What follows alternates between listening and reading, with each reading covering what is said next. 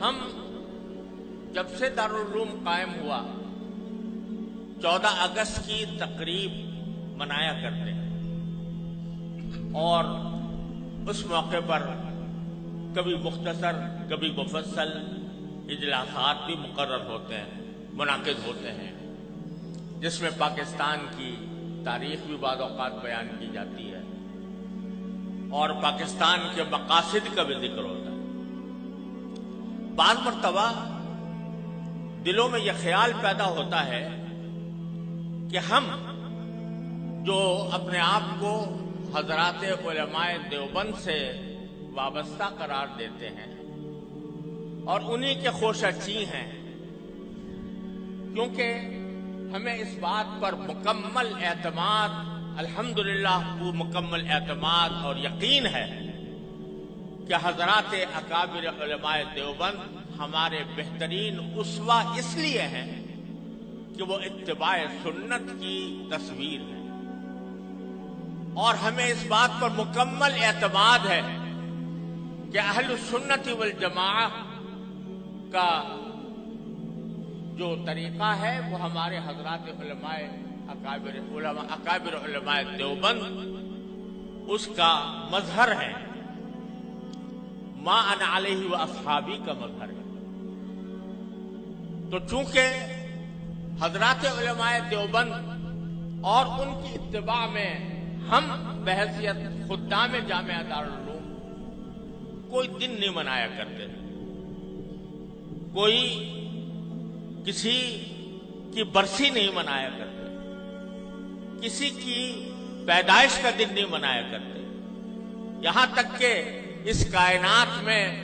سب سے زیادہ عظیم ہستی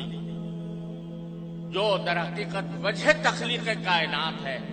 جناب محمد الرسول اللہ صلی اللہ علیہ وسلم، آپ کا یوم پیدائش بھی ہم لوگ نہیں مناتے۔ آپ کا وہ یوم پیدائش جس کو آج کی اصطلاح میں عید میلاد النبی کہا جاتا ہے وہ بھی ہم نہیں مناتے، لیکن یوم پاکستان مناتے ہیں، 14 اگست کو یوم آزادی مناتے ہیں۔ تو بعض لوگوں کے دلوں میں یہ خیال پیدا ہوتا ہے کہ جب اگر دن منانا ہے تو سب سے زیادہ اس کے مستحق نبی کریم سرور دو عالم محمد مصطفیٰ صلی اللہ علیہ وسلم کی پیدائش ہے یا آپ کی یاد ہے، جس کو منانے کے لیے کوئی تقریب منعقد کی جائے۔ کیا وجہ ہے کہ ہم عید میلاد النبی نہیں مناتے لیکن یوم پاکستان مناتے ہیں، آزادی پاکستان کا دن مناتے ہیں؟ تو میں اس کی وضاحت کرنا چاہتا ہوں کہ اس میں کوئی شک و شبہ نہیں ہے کہ اس کائنات کی تاریخ میں سب سے بڑا عظیم دن وہ تھا جس میں اللہ تبارک و تعالی نے اس کائنات کی ہدایت کے لیے جناب محمد رسول اللہ صلی اللہ علیہ وسلم کو مبعوث فرمایا۔ اس سے زیادہ عظیم دن انسانی تاریخ میں کوئی اور نہیں جس میں آپ تشریف لائیں، لیکن آپ ہی کی تعلیمات اور آپ ہی کی سنت اور آپ کے جانثار صحابہ کرام کی سنت یہ ہے کہ انہوں نے کبھی نبی کریم سرور دو عالم صلی اللہ علیہ وسلم کا دن نہیں منایا، اور اس لیے نہیں منایا کہ اللہ تبارک و تعالی نے رسول کریم صلی اللہ علیہ وسلم کو اس لیے مبعوث فرمایا تھا تاکہ آپ کی ہدایت کی روشنی سے یہ کائنات منور ہو اور لوگ آپ کی تعلیمات کی اتباع اور پیروی کریں۔ آپ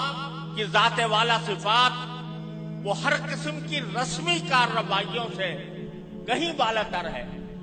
اور حضرات صحابہ کرام جو آپ کی زندگی کے ایک سانس کے بدلے اپنی ساری زندگیاں نچھاور کر سکتے تھے، انہوں نے کبھی یہ دن نہیں منایا۔ جب انہوں نے جو کوئی چیز نہ منائی ہو اور انہوں نے اس سے اعتراض کیا ہو اور اس کے بجائے